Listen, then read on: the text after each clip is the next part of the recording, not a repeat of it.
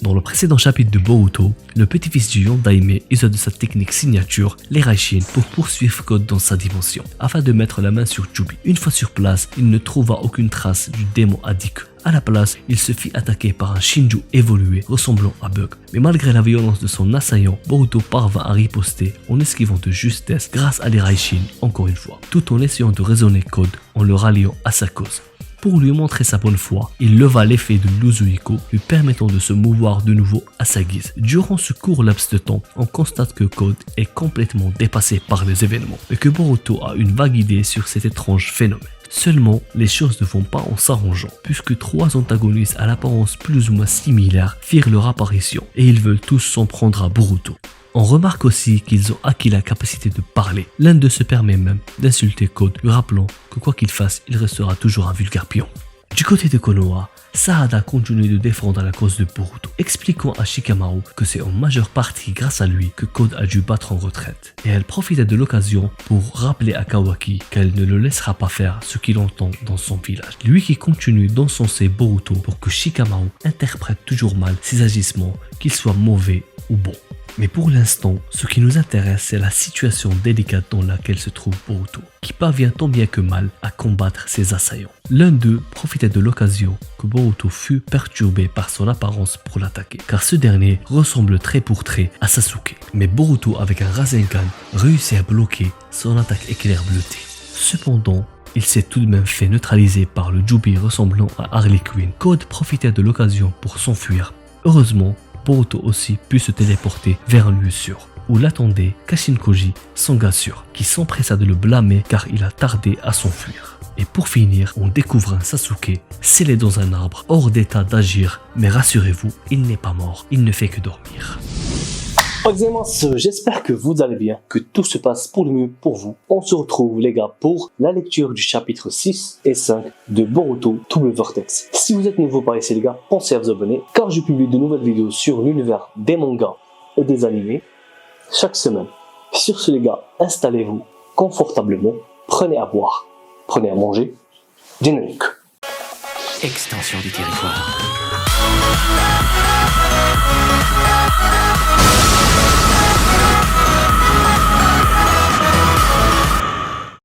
Donc dans ce chapitre 5 ou bien 85 de Boruto Double Vortex, on découvre un Boruto dans sa première année d'ellipse quand il s'entraînait avec Sasuke. On constate que Boruto a les cheveux longs. Bon, il y en a qui trouvent que c'est dégueulasse, mais moi je dirais, je préfère Boruto quand même avec les cheveux courts, mais je ne dis pas que les cheveux longs, ça ne lui va pas, mais je préfère les cheveux courts. Donc, il s'entraîne à slasher, à découper du bambou, normalement c'était ça, à découper du bambou avec Sasuke. Donc Sasuke peaufinait son entraînement en lui apprenant le Kenjutsu. Ce qui veut dire que maintenant, Boruto s'est entraîné 1 an au Kenjutsu avec Sasuke, ce qui est très bien. Et Sasuke profite de l'occasion pour lui dire que ça prend vite, allez viens on fait une pause. Et bon, la nuit tombait, ils étaient là, ils faisaient un feu de camp et ils étaient en train de discuter. Boruto faisait un peu le fanfaron, il disait à Sasuke, Sasuke ça va, j'ai bien maîtrisé vos techniques et tout. Et Sasuke lui dit, oui Boruto, tu as tout maîtrisé, maintenant je n'ai plus rien à t'apprendre. Boruto faisait ça, c'est une blague les gars. Mais Sasuke était sérieux, donc en une année, Sasuke a appris toute sa panoplie de techniques Uchiha. Il a bien précisé la panoplie de techniques Uchiha. Donc toutes les techniques Katon, il est expert dans le Katon. Peut-être même, je sais pas, peut-être qu'il lui a même appris quelques techniques de Genjutsu. On ne sait pas. Parce que ok, le Genjutsu, c'est vrai, les Uchiha utilisent le Genjutsu via un Dojutsu, leur pupille. Mais le Genjutsu, ça n'existe pas que via les Dojutsu. Donc il aurait très bien pu lui apprendre des Genjutsu. Comme il a dit aussi que je t'ai appris toutes mes techniques, il a très bien pu lui apprendre Kirin, qui est une technique ultra cheatée qu'il peut utiliser contre les Otsutsuki, parce que Kirin c'est de la foudre pure, c'est pas un Raiton, c'est de la foudre. Donc tu atteins un Otsutsuki avec Kirin, il est un peu en PLS. Donc je sais pas, Boruto a appris toutes les techniques de Sasuke, mais Boruto est un peu déçu. Il lui dit maître, comment ça fait qu'une année qu'on s'entraîne et moi je me sens pas encore prêt, je suis pas assez fort comme je veux l'être. Et bon, et Sasuke lui dit non. C'est vrai que la théorie c'est fini, je t'ai appris toute la théorie, mais il reste ton entraînement mental et ce que toi tu vas faire avec les techniques. Donc il veut lui apprendre le style Sasuke, parce que Sasuke, si vous vous souvenez très bien et si vous connaissez bien le personnage, il apprend les techniques mais il la développe et il innove à sa manière. Par exemple, il a appris le Raiden, il l'a innové. Il a appris le Taijutsu de Rock Lee, il a innové. Il y a plein de techniques. Il combine Raiden et Katon, il combine Katon et Enton, Raiden et Enton. Il utilise, je sais pas mal de trucs. Donc Sasuke, c'est sa plus grande force, c'est son Battle IQ, parce qu'on sait que Sasuke n'a pas beaucoup de chakra par rapport à Naruto. Mais avec son Battle IQ et le fait qu'il arrive à développer de nouveaux jutsu et il va combiner des jutsu pour créer de nouveaux, c'est ça la manière de faire de Sasuke. Ce qui veut dire que Sasuke veut que Boruto apprenne à réfléchir, à développer des jutsu et à se battre comme lui. Et il y a un autre truc, Sasuke dit à Boruto, t'es un prodige et t'apprends vite. Donc je te conseille de développer tes jutsu, développer ta manière de réfléchir et comme ça personne ne pourra te battre. Il y a aussi un truc que je voudrais souligner, puisque Sasuke a appris toutes les techniques Uchiha à Boruto et que le Rasengan ne fait pas partie de la palette des techniques de Sasuke et des Uchiha. Donc le Rasengan Uzuiko, c'est confirmé, c'est pas Sasuke qui a appris le Rasengan Uzuiko à Boruto, ce qui laisse penser que c'est Kashinkoji qui a appris le Rasengan Uzuiko à Boruto, parce que quand même Kashinkoji fait partie de Kara, il a des techniques bizarres avec le Katon et tous les crapauds et il maîtrise le Rasengan. Donc c'est pas déconnant de dire que Kashinkoji a appris à Boruto le Rasengan Uzuiko. Bon, on sait pas encore comment, mais dans les prochains chapitres ils vont nous donner l'explication sûrement. Après, le lendemain, en route, on voit que Sasuke dit à Boruto que mec, tu ressembles à Naruto. Malgré que mes souvenirs me disent que tu n'es pas le fils de Naruto, tu ressembles trait pour trait à Naruto, surtout dans les yeux. Et je t'ai cru parce que j'ai fait confiance à mon intuition et mon intuition me trompe rarement. Enfin, Sasuke n'a pas dit ça, mais moi j'ai induit ça. J'en ai déduit que l'intuition de Sasuke me trompe rarement. C'est toujours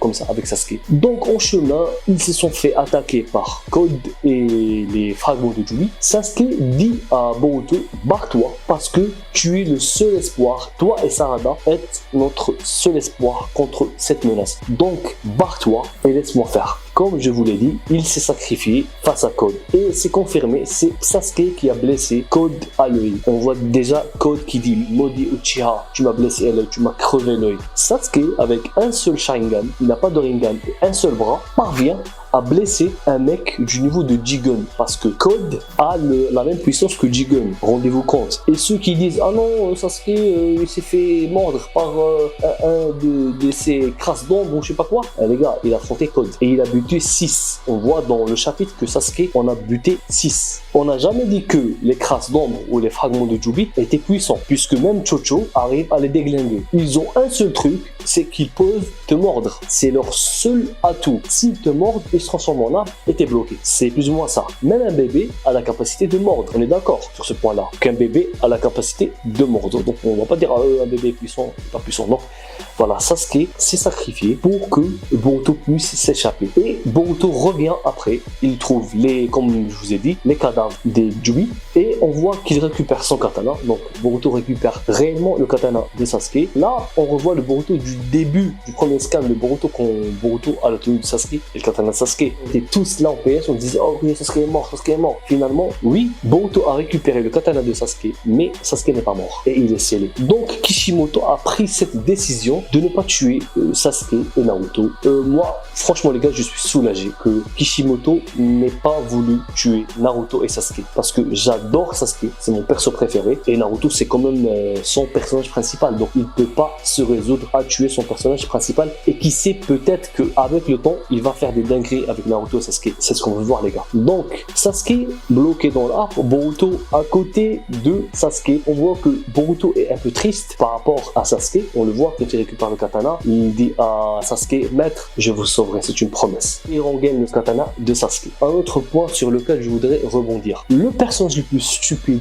de l'œuvre, c'est confirmé, c'est Code. Le mec cherche Boruto depuis 2 ans. Et Boruto Boruto n'a pas bougé. Il est toujours au même endroit où Code a scellé Sasuke. Donc Code est vraiment stupide. Il a cherché le monde entier. Il s'est pas dit allez, je vais revenir là-bas, voir si Boruto n'est pas devant Sasuke qui est scellé. Donc Code est stupide. Il ne comprend pas ses jutsu. Il ne comprend pas qu'il a fait évoluer les traces d'ombre, les fragments de Jubi. Il comprend rien, ce mec-là. Il n'a aucun objectif, aucun fond. Il est juste puissant. Et même avec sa puissance, il se fait salir toujours. Donc Code ne sert à rien. Du côté de Konoha, on constate que Jubi féminin Matsuri s'est créé à base de Moiji. Moiji aussi s'est fait mordre par un fragment de Jubi. Et que Konohamaru est vraiment triste. Même l'équipe 10, ils étaient là, un peu choqués. Chocho qui veut se venger de Code, Inojin qui veut se venger de Code, et Shikada il ne parle pas. Il est là, Konohamaru dit elle n'est pas morte les gars, vous inquiétez pas. Tout en étant triste parce que Moiji reste toujours son ami d'enfance. Et Shikada il est, oui, Shikada est vraiment touché par la situation dans laquelle se trouve son sensei. C'est pas à peu près comme Shikamaru avec Azuma. Quand Azuma est mort, les autres ils ont pleuré. Mais Shikamaru n'a pas pleuré. Il est resté comme ça. Il a dit je te vengerai sensei. C'est à peu près la même chose avec Shikadai. Donc peut-être qu'on va avoir un beau combat. Shikadai, Konohamaru contre notre meuf. Et j'y viendrai. Désolé les gars, il y a des travaux devant moi. J'espère que le bruit ne va pas vous déranger. J'espère. Bon, on continue. Il y a un autre point sur lequel je voudrais rebondir, c'est que avant que Sasuke nous dise à Boruto de se barrer, il a dit fuis et survis et deviens fort. Il a dit exactement la même phrase que Itachi avait dit jadis à Sasuke. Fuis, c'est juste que Itachi avait dit fuis espèce de lâche. Mais il y a un petit bémol, c'est que Itachi a donné de la tristesse et il lui a donné de la haine. Donc Sasuke est motivé par la haine et Boruto est motivé par l'espoir parce que Sasuke a donné à Boruto de l'espoir. Fuis, deviens fort et reviens. C'était très bien, un truc qu'il fallait dénoter. Du côté des Jubi, il y a beaucoup d'explications, j'ai beaucoup de trucs à dire sur les Jubi. On constate qu'ils peuvent ressentir les sentiments des personnes qui sont à côté des arbres. Par exemple, Matsuri a ressenti la frustration et la tristesse de Konohamaru et de l'équipe 10. Aussi, Jura, le chef, leur explique que biologiquement, ils forment une seule entité qui est le Shinju. Mais chacun d'eux a développé une personnalité, un sens aigu de la réflexion et des sentiments. Et ça, c'est lié aux personnes qu'ils ont dévorées. Là vient une explication. Eux, ils dévorent les personnes. Il y a beaucoup de gens qui pensent que les fragments de Jubi dévorent une personne et se transforment en Shinju évolué. Et c'est pas ça l'explication. J'ai vu beaucoup de personnes dire ça. Ce n'est pas ça l'explication. Je vais vous expliquer. On va dire que ça, là, il y a il y a Jubi. Là, il y a les fragments de Jubi. Et là, il y a les Shinju évolués. On est d'accord. On répète.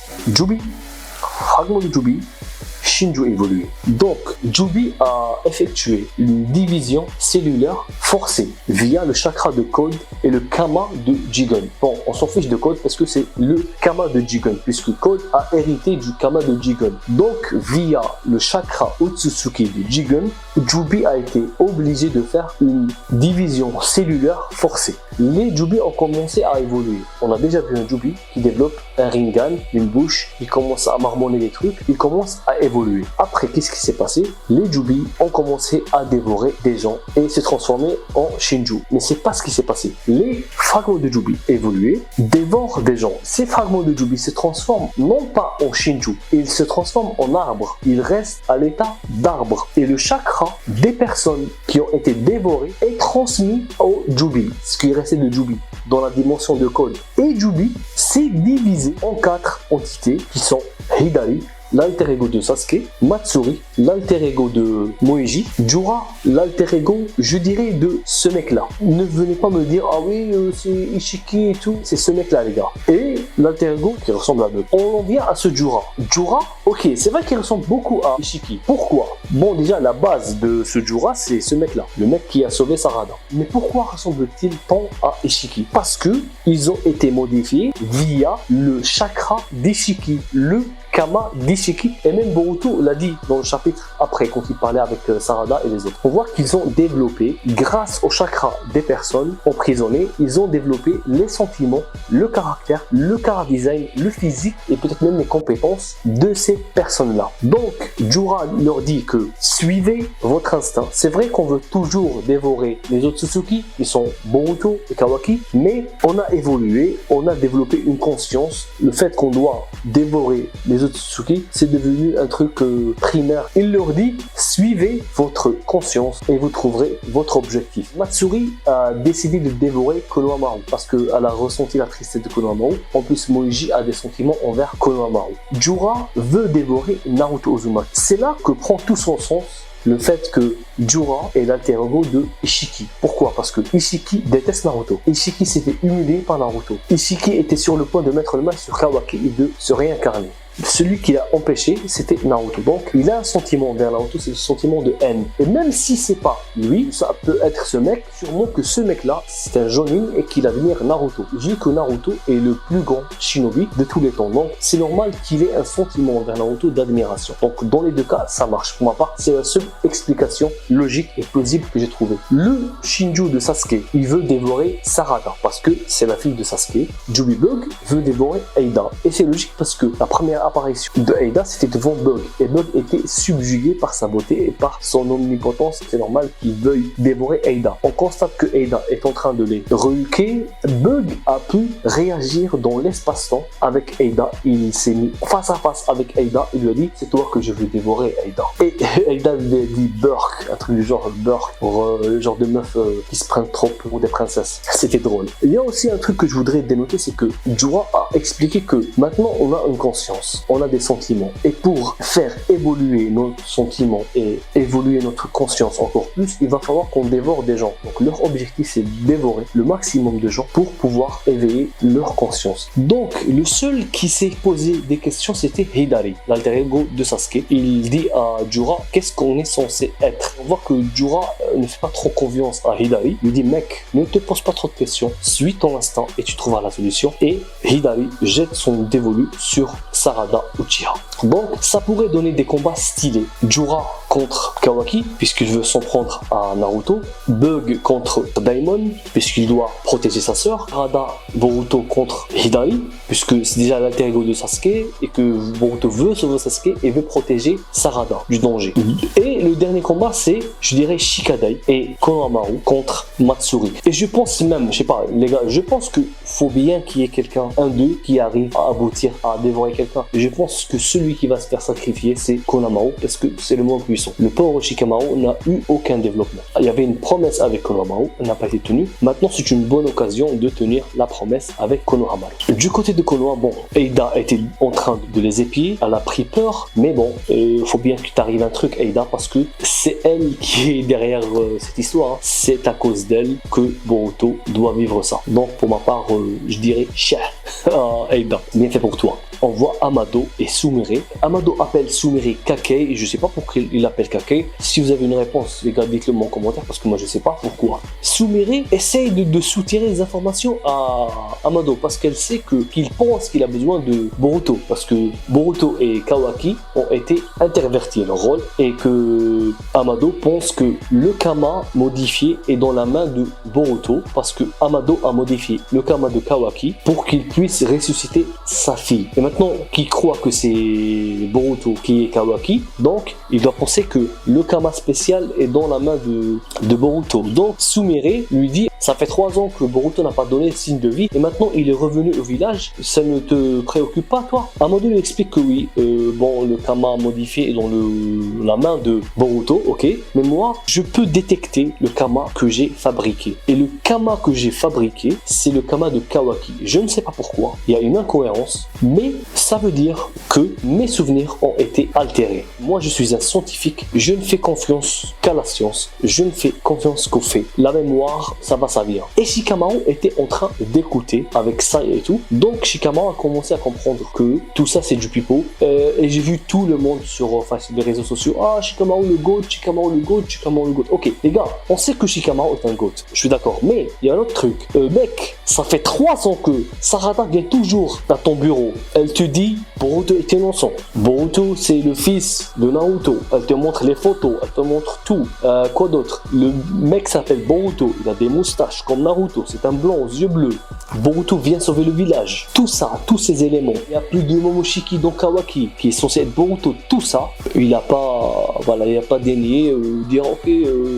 pourquoi pas. Donc, ok, Shikamaru intelligent ce que tu veux, mais moi, les gars, il fallait rendre hommage à Amado, non pas à Shikamaru, c'est Amado le GOAT, les gars. C'est Amado le GOAT. C'est lui qui a trouvé la solution. L'autre, il a juste 200 de QI, il a écouté, il s'est dit, ok, il a raison. Et en même temps, il y avait toutes les preuves du monde qui disaient que Boruto est le fils de Naruto, c'est sûr. Voilà, on regarde Sasuke, il n'a pas pris 1000 ans. Il a juste vu le Sharingan le Mangekyo Sharingan de Sarada CVE, il a suivi son intuition et est tombé sur la bonne réponse. Donc, Shikamaru est un peu suspicieux, appelle Ino dans son bureau et dit à Ino, il faut que tu viennes, il faut que je te parle, ramène-moi ce dossier-là et viens. Ino lui ramène un dossier random et dit à Shikamaru, le dossier est ancien et qu'est-ce que tu vas en faire? Il y a un truc, je te connais. Et Shikamaru lui dit, ok, il y a un truc, c'est vrai, mais il faut que cette discussion reste secrète entre toi et moi. Et Ino commence à avoir des remords. Là, elle m'a saoulé, Ino, les gars. Elle m'a saoulé, elle commence à dire, non, c'est interdit, on s'en fout de la loi, Ino. On s'en fout de la loi, Ino. Donc, Shikamaru dit, ok, si tu veux pas m'aider, passe ton chemin,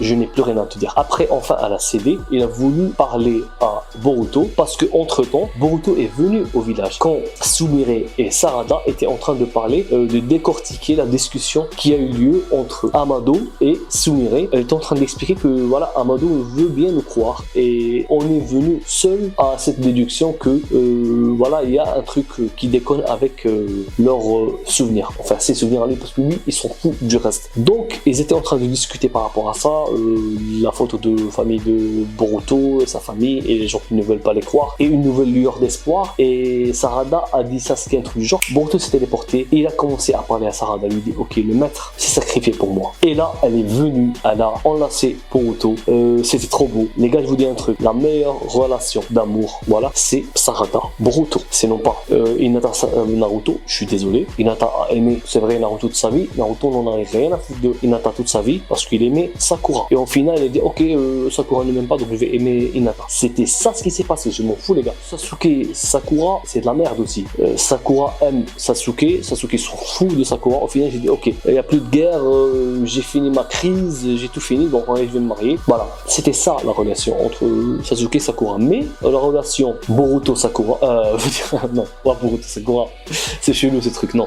Boruto, le mec se tape pour la fille et la mère, c'est un peu chelou, non. La relation Boruto-Sarada, c'est la même relation. On le voit qu'ils sont là, tous les deux s'aiment depuis leur enfance. Déjà, vous vous souvenez bien du début de l'œuvre quand Sarada disait à Boruto, tes yeux sont plus bleus que ceux de l'Hokage, Boruto devenait rouge, donc c'est confirmé, ils s'aiment les gars. Et Sumire avait un peu le seum. Eux ils s'aiment et Sumire avait le seum parce que faut pas oublier les gars que même Sumire aime Boruto, elle en pèse pour Boruto, donc elle se dit ok, tu m'as devancé sur ce coup là Sarada. Après bon, Sarada elle s'est recroquevillée sur elle-même, elle s'est dit ok, qu'est-ce que j'ai fait, oh putain, je lui serrais dans mes bras et maintenant je sais plus quoi lui dire et tout. Et Sumire on a profité de l'occasion pour lui dire alors Boruto, tu vas bien Boruto, ça fait longtemps que tu village. Bon, enfin elle a pas dit comme ça, mais c'était plus ou moins comme ça les gars. Ensuite ils ont commencé à discuter, Boruto a commencé à leur expliquer les Shinju, c'est cela, ce que je vous ai expliqué moi. Et en même moment, Kawaki a détecté Boruto parce que Boruto a appris à effacer sa trace, son chakra, mais les Otsutsuki peuvent se ressentir entre eux. Kawaki a pu ressentir la présence de Boruto. Il a dit ça à Mitsuki. Entre temps, même quand Kawaki était avec Eida et Daimon, on voit que Eida était en train d'expliquer que hey mec, tu veux protéger le Nana Daime. Et ben les Jubi ont évolué, ils ont échappé au contrôle de code et ils veulent buter le Nana Daime. Kawaki dit que non, moi je m'en fous, je les buterai, c'est des minables. Et de toutes les manières, le Nana Daime qui est dans la dimension, je n'ai rien à craindre. Et Daimon dit un truc, il lui dit ok, tu as menti, nous on est au courant que tu as menti sur la mort de Naruto. Et les seuls qui sont au courant c'est nous trois et Sasuke et Boruto. Ok, les gens ne vont pas croire Boruto et Sasuke parce que c'est des renégats. Mais si les Shinju Ego déboulent dans le village, tout le monde va savoir que tu as menti. Et voilà, Kawaki il avait vraiment, il était là, il ne pouvait plus rien dire. Il s'est barré, il a trouvé Mitsuki qui l'attendait dehors et on constate que Mitsuki a aussi changé parce qu'il a dit à Kawaki si ça te plaît pas, va te plaindre au Hashidaime. Moi, j'exécute les missions, c'est pas comme si que je voulais te surveiller. On constate que malgré que Mitsuki considère Kawaki comme son soleil, il a changé. Maintenant, il veut faire comprendre à Kawaki que moi je m'en fous de toi. C'est bon, t'es plus mon soleil. Moi, Mitsuki a choisi Boruto parce que Boruto était un personnage rayonnant. C'est pour cela qu'il a dit que toi, Boruto, tu es mon soleil. C'était pas une fatalité. Mais il pense que Kawaki c'est son soleil, mais que Kawaki c'est pas Boruto, les gars. Et Kawaki n'est pas rayonnant. C'est un dark. C'est un mec, c'est une merde, quoi. Donc, il a décidé, ok, t'es plus mon soleil. T'as changé, t'es plus mon soleil. Dès que Kawaki a détecté Boruto, Mitsuki a assommé Boruto parce que si Kawaki s'approche de Boruto, même Boruto peut détecter Kawaki. Donc, ça va, la détection va dans les deux sens. Et il a appelé Shikamaru. Il a dit, Shika, je vais aller intercepter Boruto qui est dans le village et Kawaki, je l'ai assommé parce que voilà, Boruto va nous détecter. Et il s'en va directement avec les mots d'ermite. Donc directement Shikamaru décide grâce à Ino de entrer en contact avec Boruto et de commencer à lui dire mec, commence à t'échapper parce qu'il y a un mec qui va venir t'attaquer. Boruto était un peu condescendant avec Shikamaru. Il dit ah là, c'est toi le monsieur le tiem du nom. Pourquoi tu veux m'aider? Pourquoi devrais-je te faire confiance? Déjà Shikamaru lui dit mec, barre-toi du village, après on verra. Bon, il n'a pas eu le temps. Mitsuki est venu et il a enlacé Boruto. Boruto a jeté son katana et s'est téléporté. Et là, on ressent vraiment la trace de Sasuke. Il a fait exactement comme Sasuke avait fait avec Momoshiki à l'époque. Le Battle IQ de Boruto ressemble beaucoup à celui de Momoshiki. Sarada et Sumire ont essayé de raisonner Mitsuki, mais Mitsuki n'est pas raisonnable. Et Boruto, je sais pas, peut-être qu'il a sauté très haut dans le ciel ou bien il a volé. Je sais pas, j'ai pas vraiment compris cette case-là. Mais il n'a pas voulu se fighter face à Mitsuki et il s'est barré en volant. Franchement, Boruto est trop cheaté, les gars. Il a la capacité de voler, il peut se téléporter, il a le Kama, il a tout ça, Rasengan Uzuiko, les techniques de Sasuke, Battle IQ, c'est un génie comme Minato. Franchement, c'est le best personnage all time, je vous le dis. Tout en volant, il était en train de parler avec Shikamaru. Shikamaru lui dit ok mec, pense que tu es Boruto Uzumaki, dis-moi et confirme-moi si tu es réellement Boruto Uzumaki ou pas. C'était tout, et Boruto est descendu et Mitsuki est venu, l'a suivi parce qu'il avait laissé un serpent dans la taille de Boruto et a voulu se fighter face à Boruto. J'ai vu les gens qui commençaient à s'exciter encore une fois et commençaient à dire Mitsuki, ah le GOAT, Mitsuki va déglinguer tout le monde, le nouveau pouvoir de Mitsuki. Les gars, le mec maîtrise le monde ermite. Boruto est un Otsutsuki, maîtrise toutes les techniques de Sasuke, maîtrise les techniques de Minato, a humilié Code qui a le même niveau que Jigen et même peut se permettre de ne pas se battre, de narguer Kawaki. Et vous me dites Mitsuki va faire un truc, une dinguerie contre Boruto. Moi je vous le dis, je vous l'annonce ici et maintenant. Dans le prochain chapitre, il va vous fermer vos gueules et il va one-shotter Mitsuki. Enfin, il va pas vous fermer vos gueules, il va fermer les gueules des personnes qui disent Mitsuki la dinguerie. Non, il n'y a aucune dinguerie avec Mitsuki. Mitsuki est fort, on sait, mais incomparable avec Boruto. C'était le chapitre, les gars, 5 et 6. C'était intéressant de voir de voir les Shinju Ego et d'avoir une explication sur les Shinju Ego et de voir la relation que Shikamaru a pu détenir la vérité et commencer à aider Boruto dans l'ombre. Il y a aussi un truc qui m'a fait rire. Moi, quand je lisais le chapitre, on a vu dans le début du chapitre 6 que Shikamaru discutait avec les deux mecs qui traînaient avec Danzo et j'ai oublié leur nom, les deux cadavres. Déjà, Shikamaru a dit à Boruto, les cadres de Konoha, faut pas qu'ils sachent que je discute avec toi. Et moi, j'ai lu les cadavres de Konoha. Parce que les gars, réellement, c'est des cadavres, oui. Il aurait dû dire les cadavres de Konoha. Donc, aussi Shikamaru n'est pas officiellement Hashidaima Hokage. Donc, par respect à Naruto, on n'a pas voulu devenir Hokage. Et il évite toujours d'être Hokage. C'était tout, les gars. Si ça vous a plu, laissez-moi un gros pouce bleu, abonnez-vous. On se retrouve très prochainement pour la lecture du chapitre de Dragon Ball Super. Sur ce, les gars, il y aura des vidéos, normalement théorie sur Boruto. Portez-vous bien, n'abandonnez jamais et maintenant.